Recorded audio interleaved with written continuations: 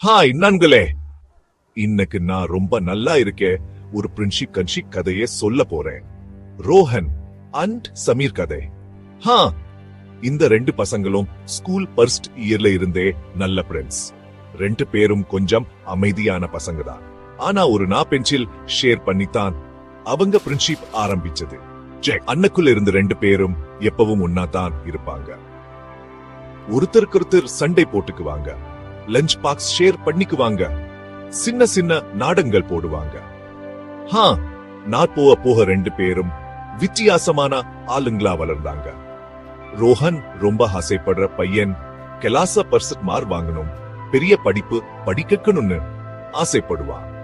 சமீர்னா அவனும் ஒரு கனவு காங்கிற பையன்தான். ஆனா அவனுக்கு பாட்டு, பெயிண்டிங், கவிதை எழுதுறதுன்னா ரொம்ப பிடிக்கும். ரெண்டு பேரும் வித்தியாசமா இருந்தாலும் அவங்க ஃப்ரெண்ட்ஷிப் ரொம்ப ஸ்ட்ராங்கா இருந்துச்சு. வெள்ளிக்கிழமை நைட்ல ஒருத்தர் வீட்ல தங்கிக்குவாங்க. பழைய ஆலமரத்துக்கு அடியில சீக்ரெட் மீட்டிங் வைப்பாங்க. புது படம் ரிலீஸ் ஆனா ஃபர்ஸ்ட் ஷோ பார்க்கணும்னு ஒரு வழக்கம் வச்சிருந்தாங்க. ஆனா கடைசி வருஷ ஸ்கூல்ல அவங்களுக்குள்ள பெரிய சண்டை வந்துடுச்சு. ரோஹன் படிப்புல மட்டும்தான் கவனமா இருந்தான். நல்ல வேலைக்கு போகணும்னு நினைச்சா. சமீர் பாட்டுல மட்டும்தான் மூழ்கி இருந்தா. ஆனா அவங்க வீட்ல இன்ஜினியரிங் படிக்க சொல்லி கட்டாயப்படுத்தினாங்க. ஒரு நாள் அவங்களுக்குள்ள பயங்கர சண்டை. நீ நேரத்தை வீணாக்குறே சமீர், உன் எதிர்காலத்தை பத்தி யோசி.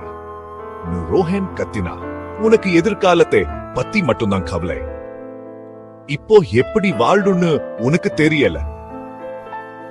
சமீர் கோபமா சொன்னார். ரெண்டு பேரும் கோபத்துல பிரிஞ்சு போயிட்டாங்க. நாட்டு மாதங்களா மாறிடுச்சு. ரெண்டு பேருக்கும் நிறைய வருத்தம். ஸ்கூல்ல முடிஞ்சு ரோஹன் பெரிய நகரத்துக்கு போயிட்டா.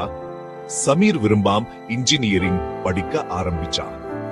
வருஷங்கள் ஓடி போச்சு. ரோஹன் பெரிய இன்வெஸ்டர் ஆயிட்டா. நிறைய காசு, நல்ல பேர் எல்லாம் கிடைச்சிச்சு.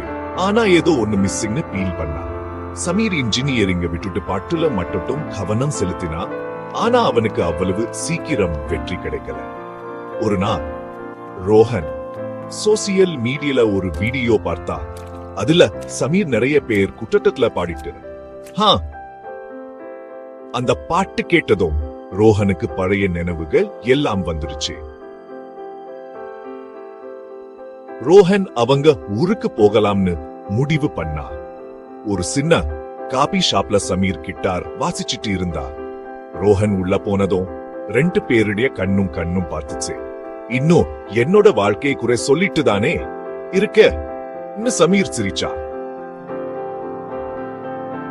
இன்னும் பாட்டுல தான் நேரத்தை வீணாக்கிட்டே இருக்கியா?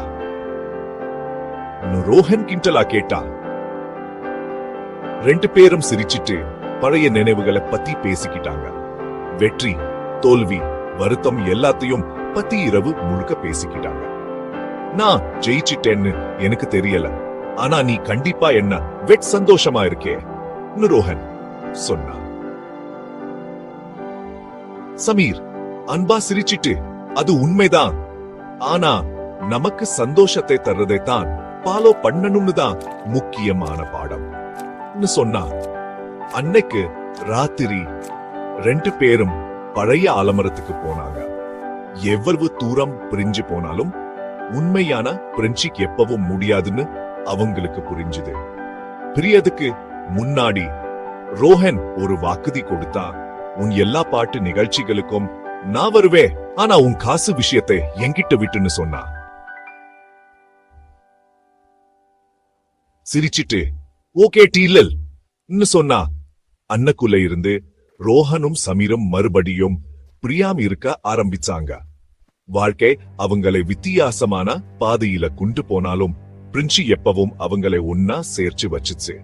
அதுதான் ஃப்ரெண்ட்ஷிப்ங்கிற அசைக்க முடியாத பந்தம்.